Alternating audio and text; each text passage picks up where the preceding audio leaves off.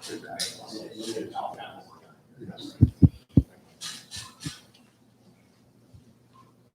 count down.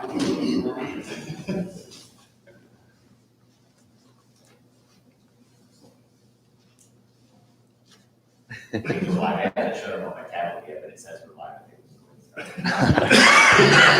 There it is right there. All right, guys, welcome back. Good to see your faces.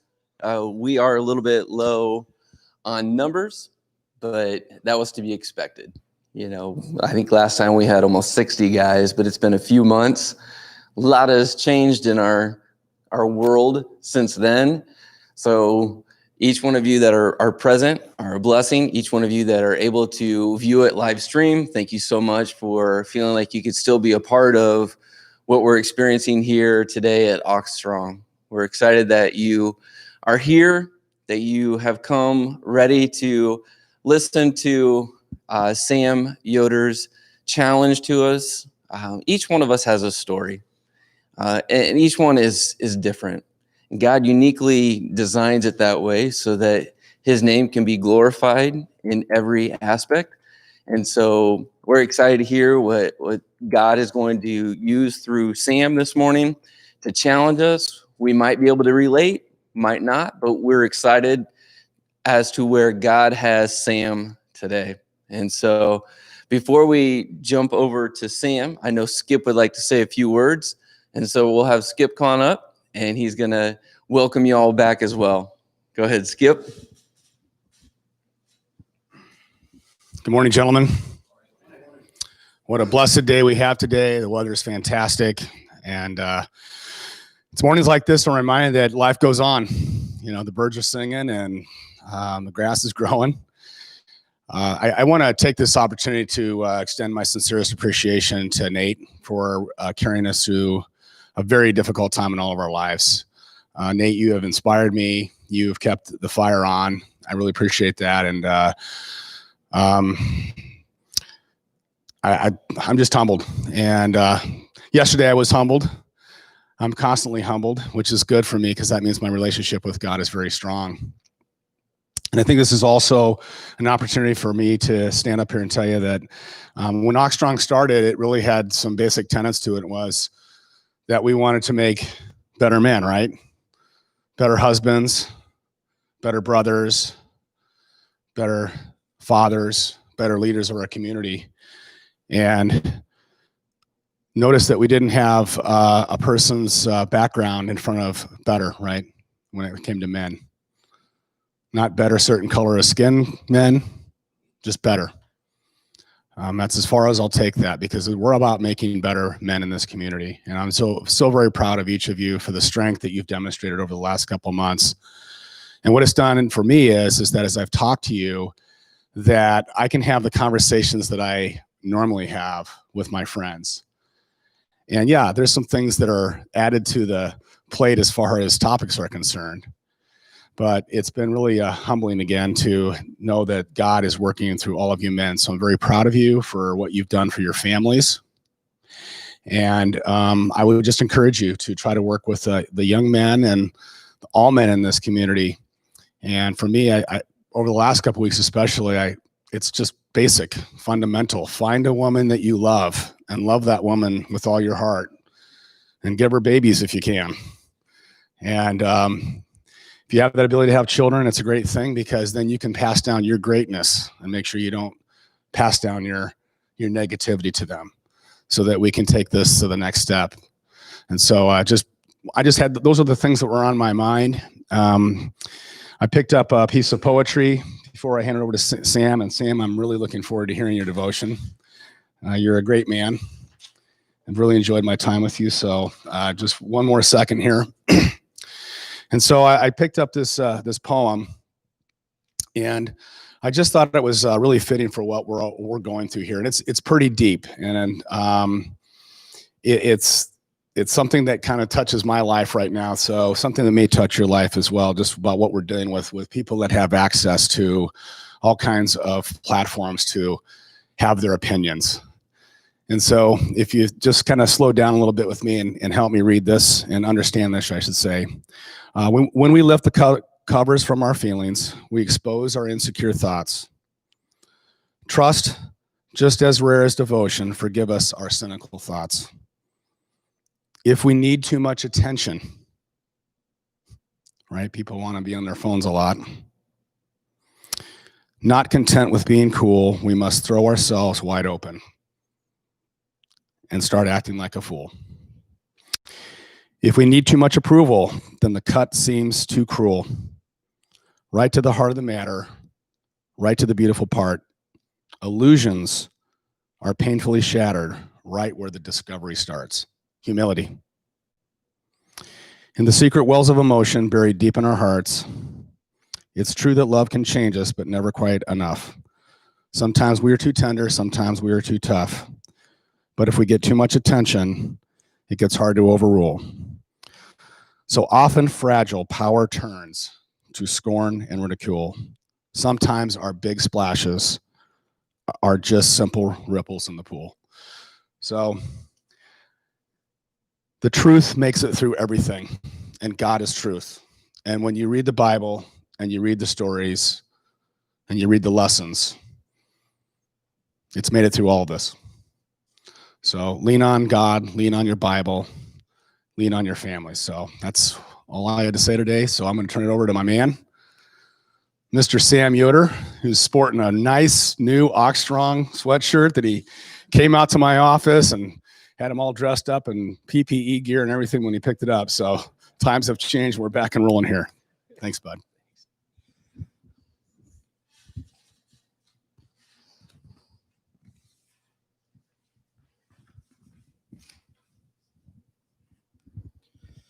So yeah, as Tim as Skip and said, my name's Sam.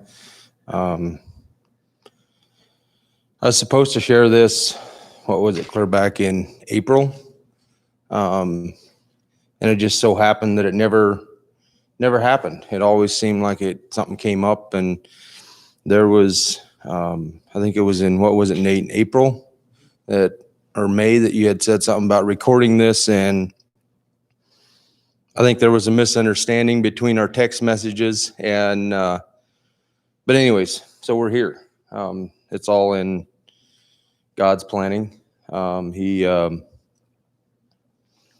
He works in ways that you can't imagine if you give him control of your life. So I wanted to start out with a verse that came to my mind. Matthew 16:25 says, "For whoever wants to save their life will lose it, but whoever loses their life for me will find it." I grew up on an Amish farm in southern Iowa. I had 5 brothers and 2 sisters.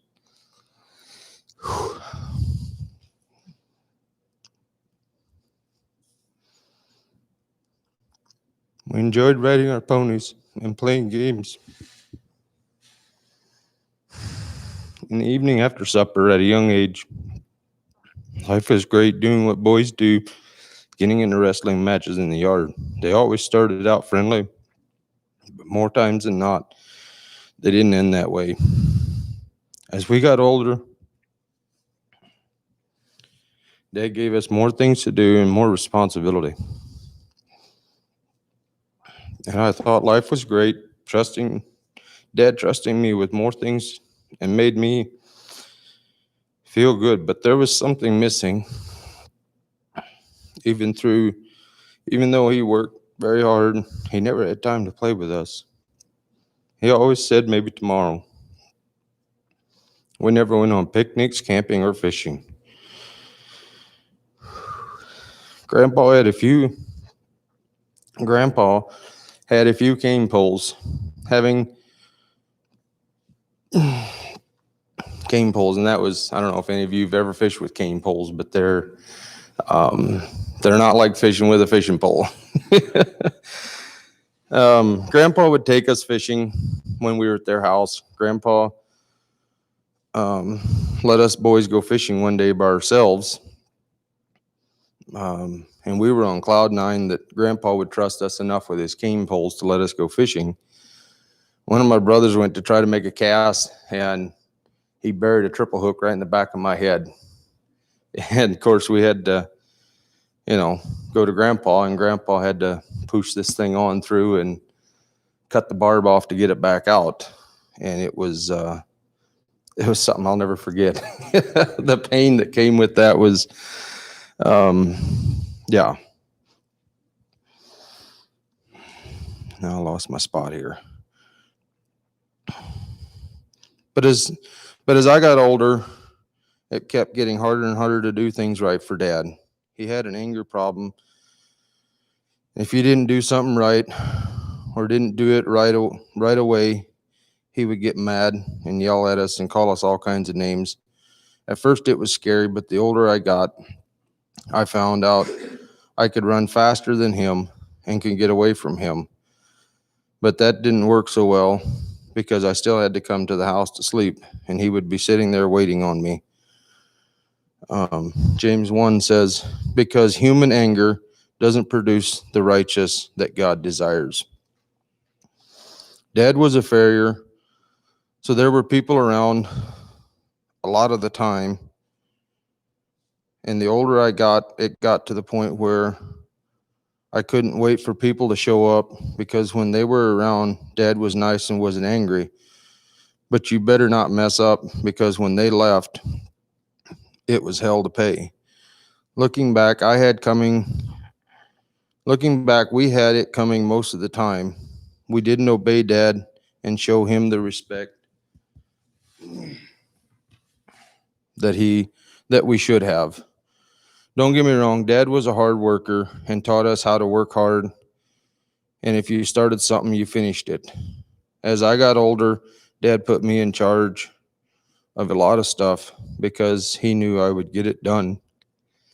He would send me to the fields with the horses to do field work, disking and mowing hay, and so on. I really enjoyed that because it was just me and the horses. Dad must have seen something in me at a young age, because I would do a lot of the field work and training the young horses. Not to make it sound like I'm bragging, but I was good at it. I worked very hard to try to get Dad's approval as a young boy.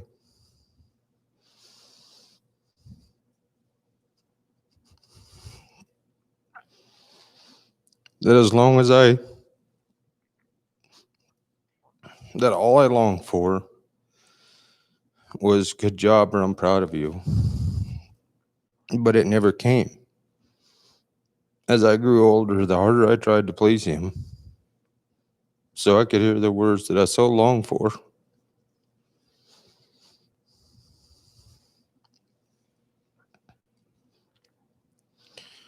People would tell me how proud Dad was of me.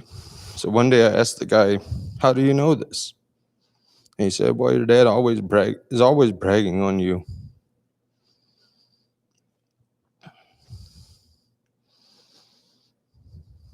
When we're here, but he never said, always bragging on you. When we're here, but he never says it to me. At the age of 11, I knew I didn't want to be Amish. I wanted to see what was out in the world, and I would dream of what it would be like to have my own truck and go wherever I wanted to go. I would dream of someday I would have a red pickup. It would be like what it would be like. I would dream about what it would be like while I was out in the field working. By the age of 15, I knew it all, or so I thought. It was 4th of July weekend. I rode my horse to town, and we lived about a mile and a half from town. So it was not like we had, 10, 15 miles to town. We lived just about a mile and a half across the fields from the town of Bloomfield is where we grew up.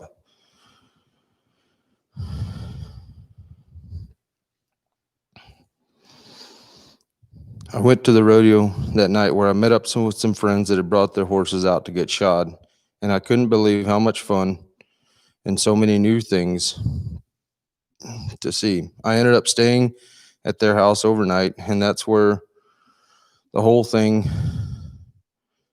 got a taste of what was out there that weekend.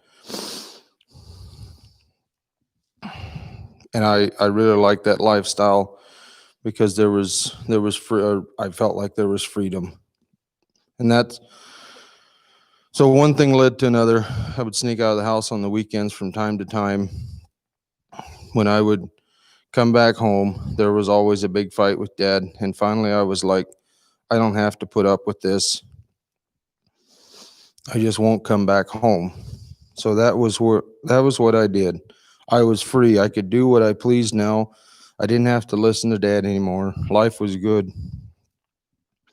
Started to get to know more people, started drinking more, which we had a neighbor that would buy us beer and cigarettes. So this wasn't something new. Just now I didn't have to hide it from Dad anymore. Soon beer was part of my life, and I started hanging out with the wrong crowd. One thing led to another, and soon I was into drugs, and I thought this was the life. But as time went on, the deeper into things I got. I was 19, living in Tennessee, got high one night with some friends. Things went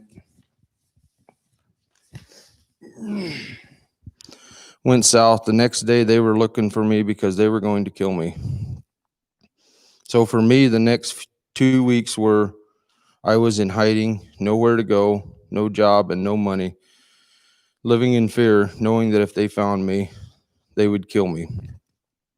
This is where God stepped in, and an old friend that I had worked for after I got out of school called one day and asked if I wanted to come to Kansas and work for him.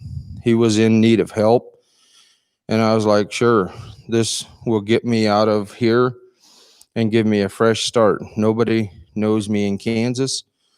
So I moved. Life was good. Nobody knew me. It was a fresh start to make new friends. At this point, I had stopped doing drugs, but the drinking was worse than ever, and God showed up again. Proverbs 14:21.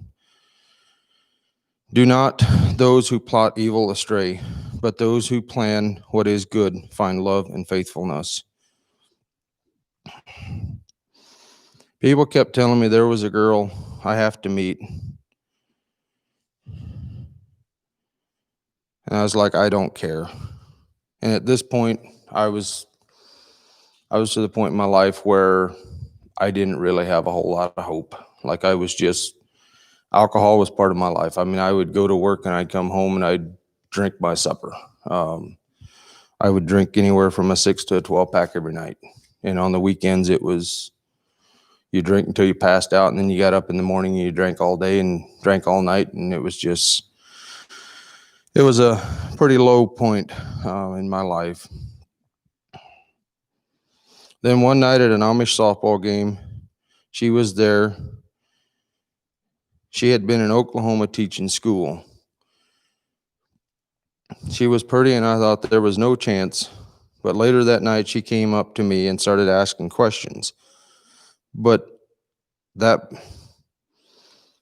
this point, I didn't really care to talk with her. I had a few beers, and I just wanted to play volleyball. Her brother and I had partied a few times together, but he didn't do much partying at the time. But then he started calling me and wanting to know if I wanted to go bowling and hang out. Sure, why not? But he would always say, do you care if my sister comes with? Sure, why not? My friends had been trying to get me to go out with her, and I wasn't sure about it. But after a few weeks, we did have our first date. Man, life was good. I had the hottest girl in town, and for the first time, I felt like someone cared about me. She invited me to meet her family and have supper with them, and I wasn't sure about the whole thing, but I went, had a good time. That fall, she moved back to Oklahoma to teach again, so I would go down there on the weekends. So I had to slow down drinking because it was a 3-hour drive one way, and I didn't want to get pulled over, so I slowed way down. The next spring, she got pregnant, which in the Amish world is almost the end of the world. By the fall of 2016, I found out that Dad had cancer.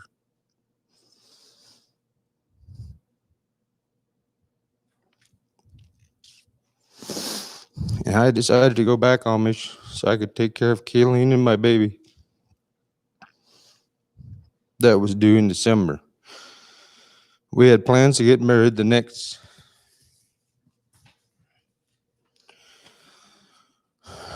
summer. By spring, I had joined the Amish church, and Dad was not doing well. We were losing him very fast.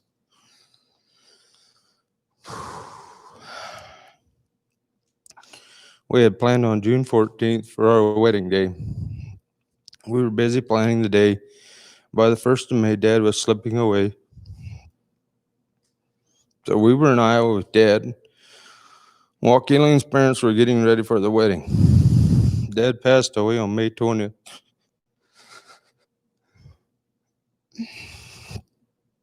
I was only 21. I remember I was so mad at God and could not understand why he would let something like this happen. We got married on June 14th. So now we were married. I've got a 6-month-old daughter, and I don't have a clue how to be a father, much less be a husband. I was bitter and angry. Of course, that spilled over into our marriage, and so went life. We were just living, trying to do better, but would come up short. By the fall of 2011, we moved back to Iowa to take care of some of Dad's clients. So after Dad passed away, a lot of his clients had asked if I would come up from Kansas and shoe their horses. And as I started coming back from Kansas, every time I'd go back home, there'd be more people calling, "Hey, we heard you were in town. Are you still in town? We need our horses done." So by 2011, we decided to move back and just do farrier work full time.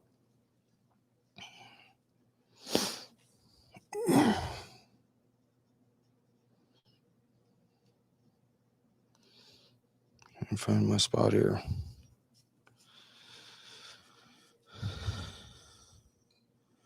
By the fall of 2018, our marriage was on the rocks, and I got to the point where I got good at putting on masks whenever I was around people. In the spring of 2019, I saw a post on Facebook about Art of Marriage, and we decided to go. I was just sure they could fix Kayleen, then life would be good, right? Wrong. That weekend, I seen where I was messing up and how poor of a dad I was and a husband. Psalms 33:7 says, "But the plan of the Lord stands firm forever. The purpose of his heart is through all generations." So that night at the hotel, for the first time, I got on my knees and I prayed like I've never prayed before. I told him how sorry I was for all the ways I had messed up. I gave my life to God that night and asked him to save my marriage. Not sure how long I was on the floor. I got up and went over to Kayleen and told her how sorry I was and asked her for forgiveness. For the first time ever, I prayed over her, talk about sweating. Later that month, I went to men's encounter for the first time. Talk about leaving baggage at the cross. The second time I went to men's encounter, I decided I wanted to get rebaptized. So June 1st of 2019, I got rebaptized and talk about freedom. Galatians 5:1 says, "It is for the freedom that Christ has set you free. Stand firm then, and do not let yourself be burdened again by the yoke of slavery." I do not get it right all the time. No, life with Christ is like a garden. He plants the seeds and it will grow. Our job is to make sure we don't let any weeds start growing in the garden He has planted. We have to lose everything in order to receive what God has for us.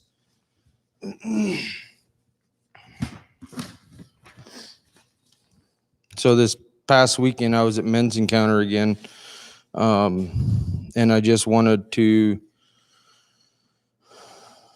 God to just fill me up. Hadn't been to Men's Encounter for a while, and I was starting to feel empty, just going through the motions again. And so I want to share a few things that I felt like God was speaking to me while I was at Men's Encounter, and one of them was pride. I struggle with pride. Every day, it's a constant battle to deal with pride. But right in the middle of pride, there's a big fat I. And if we have pride, we're only concerned about me. The same way with sin. When we have sin in our life, it's all about I. I is right in the middle of sin. And I was just like, the whole weekend I was praying, okay, God, what are you trying to tell me? And I heard it loud and clear. He wanted me to be obedient. Just be obedient and trust me. And I don't know if any of you have looked at the word obedience, but right in the middle of obedience is die. In order to be obedient to God, we have to die of ourselves. And we can't die of ourselves if we have sin and pride in our life. We can't carry pride. When we carry pride, we are far from God. God can't use pride. God doesn't like sin. What God wants from us is to lay down our pride and be obedient. Start with the little things. God will bless you through obedience.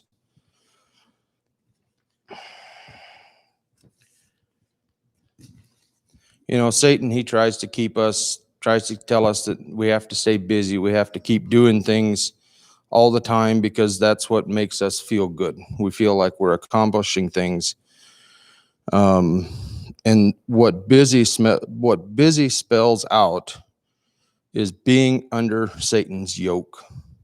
So if we're busy all the time, we don't have time to do this or we don't have time to do that, we're being under Satan's yoke because he knows if we're busy all the time, we don't read our Bible daily or we don't, we're just trying to push things off. He knows that we're far from him.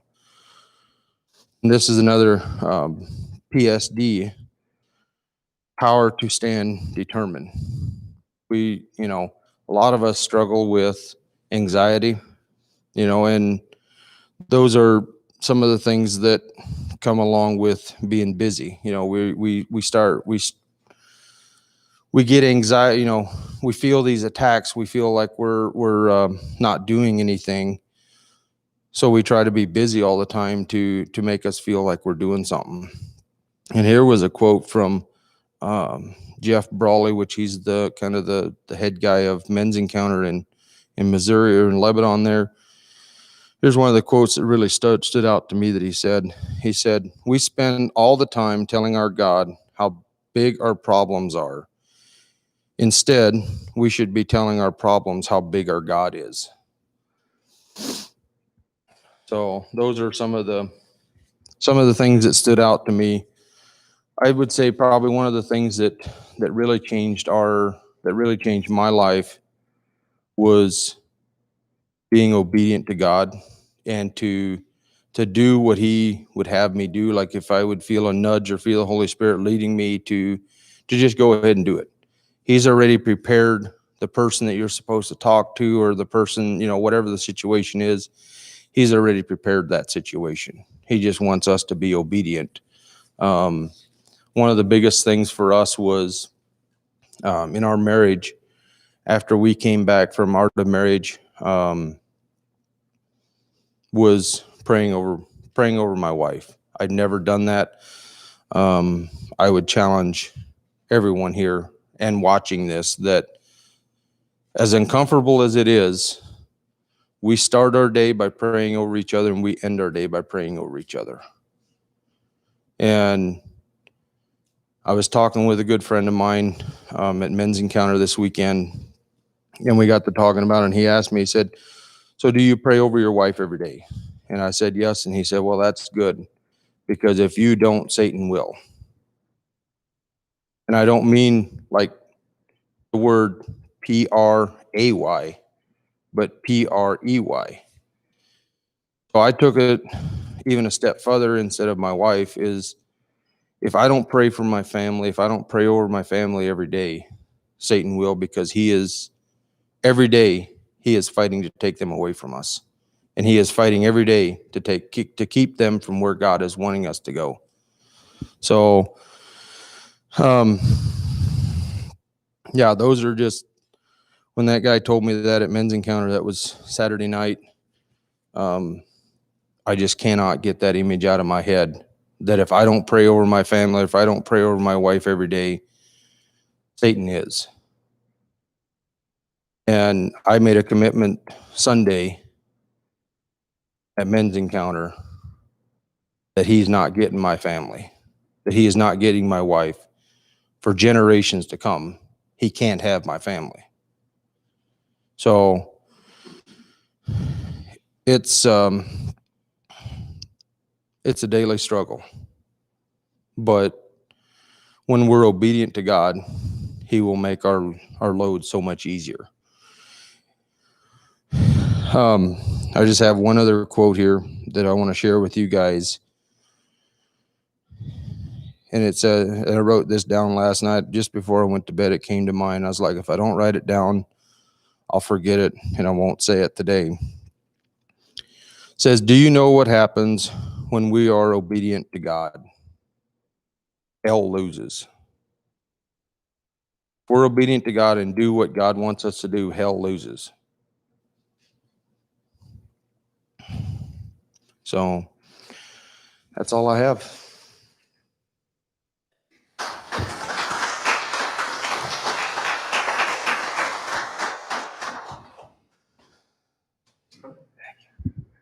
All right. Thanks, Sam. That was great. It's a really good challenge to each and every one of us. One of the things that really stood out to me, and it came closer to the beginning of his challenge to us, is that we're not promised tomorrow.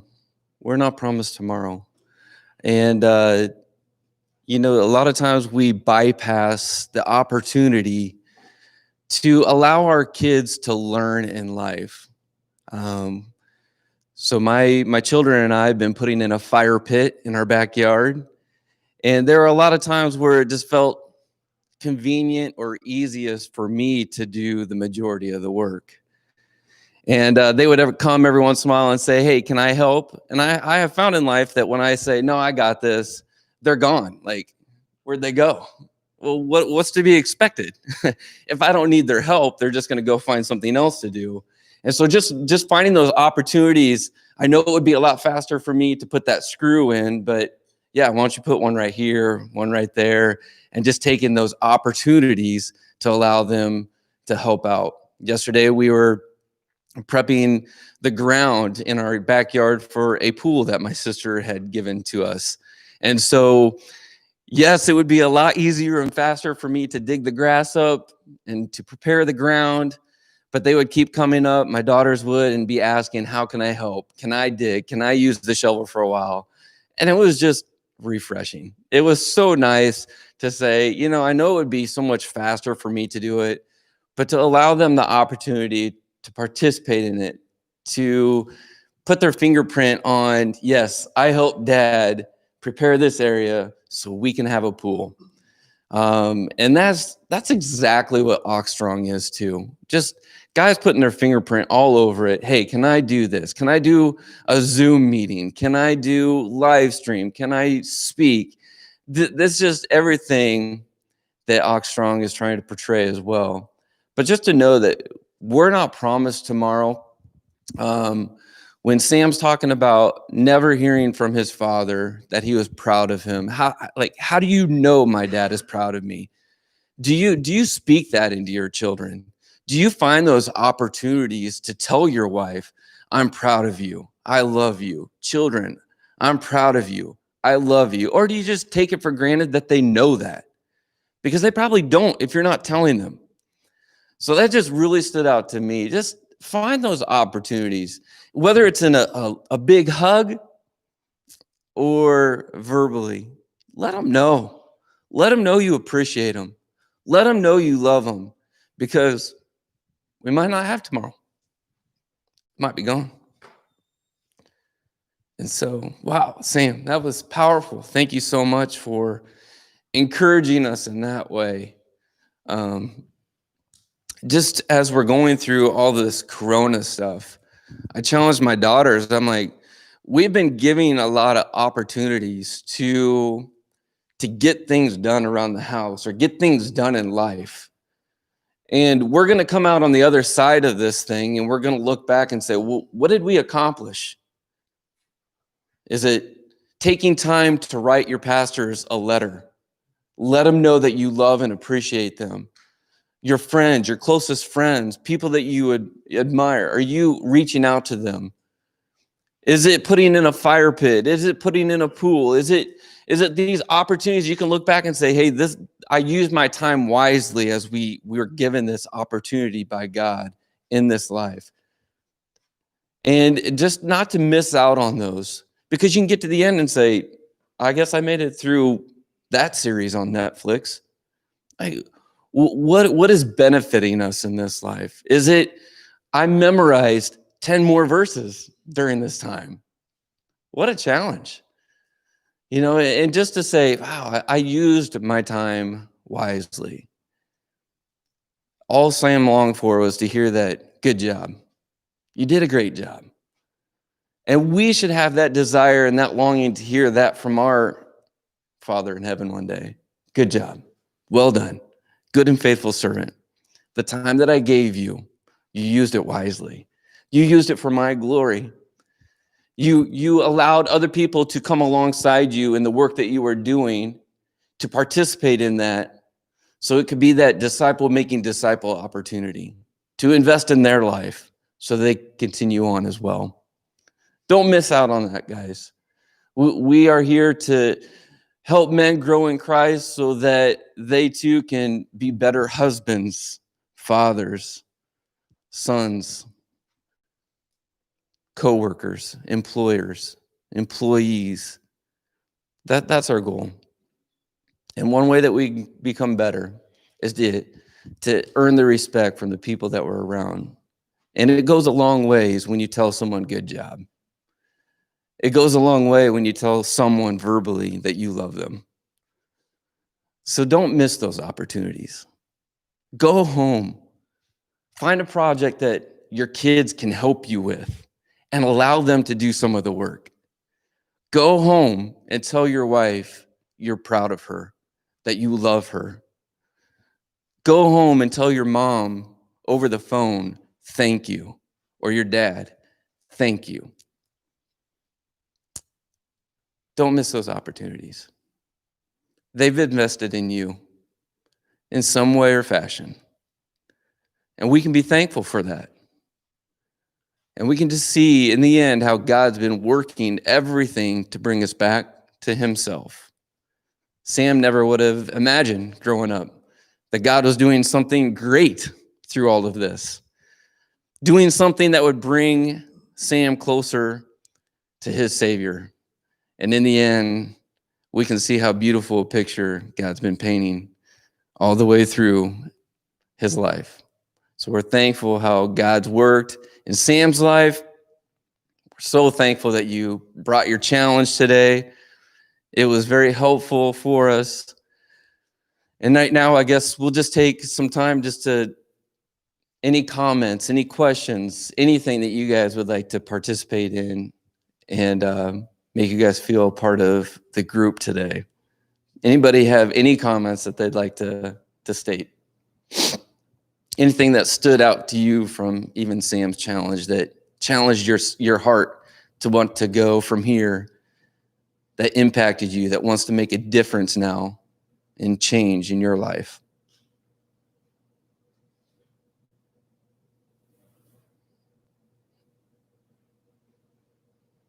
Sam did a great job, kind of, hard to relive some items, obviously, that we've all gone through those things in different degrees, but, I just think he hit it home when, the devil's,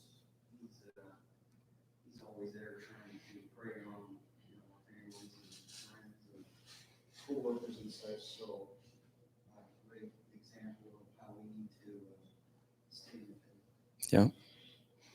My daughter Shiloh, she's going to be in 8th grade this coming year, and she wanted to watch this show on Netflix called The American Gospel.